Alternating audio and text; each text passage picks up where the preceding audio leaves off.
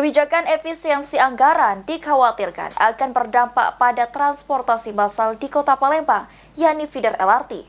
Untuk itu, pemerintah Kota Palembang melakukan koordinasi dengan Kementerian Perhubungan.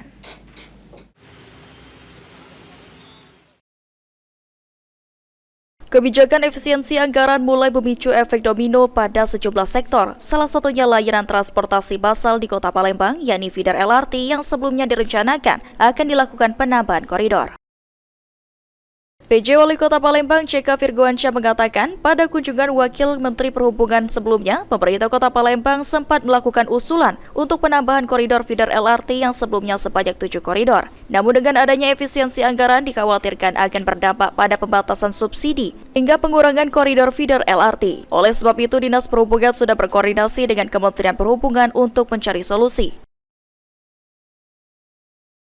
Dinas Perhubungan sedang berkomunikasi dengan Kementerian Perhubungan di Jakarta untuk mendiskusikan masalah ini, apa solusinya kira-kira ke depan ya.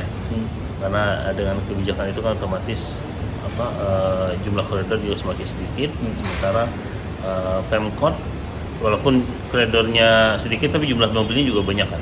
Tapi hari ini juga sedang berkomunikasi ke Kementerian Perhubungan. Ditambahkan PJ Wali Kota Palembang untuk solusi menjalin kerjasama dengan pihak swasta dalam feeder LRT belum bisa dilakukan, lantaran ada beberapa standar yang belum terpenuhi seperti jumlah penumpang dan lainnya. Sandi Pratama, PAL TV.